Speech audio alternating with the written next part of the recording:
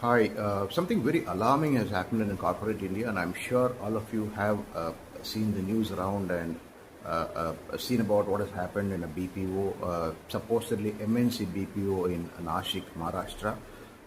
Sexual exploitation, pressure to work under duress, threatening to throw you out of the job if you don't comply to sexual requests, and worst of all, religious conversion.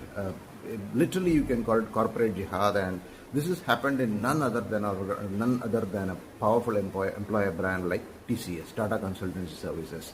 Everybody is shying away from mentioning the name because probably the PR machinery of TCS is extremely strong and doesn't allow the media people to publish names. But yes, the fact is that TCS has earned a very, very bad reputation for itself despite their tall claims of being a very, very powerful employer brand and being a brand of ethics, integrity, etc. Very, very sadly, this entire saga has happened for almost 3 full years or 4 full years with numerous women employees being pressurized by their supervisors and a bunch of crooks who are masquerading as HR professionals.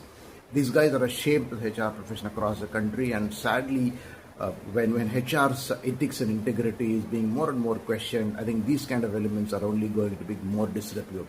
But what is appalling and shocking is that there has been no escalation mechanism in TCS, and employees also didn't find it appropriate to probably escalate this to the highest levels of TCS. And was there a presence of a POSH committee, Prevention of Sexual Harassment Committee, or not in TCS is the big question.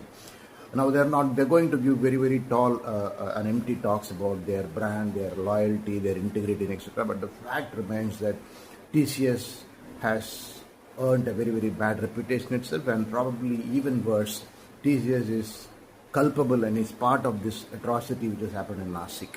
As far as employees are concerned, it is very, very important for us to understand that there is an escalation mechanism in organization, and come worse, we should be ready to write even to the chairman and managing director or the board of directors of the company, and their email IDs and contacts are available all over the internet. So remember, if you're an employee and if you're suffering silently somewhere, be immediately aware of escalation mechanisms in your organization.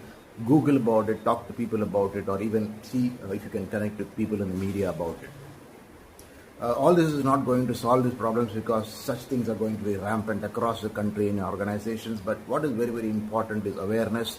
And what is also important is to not live in the assumption the brand itself is enough to protect our jobs and our lives.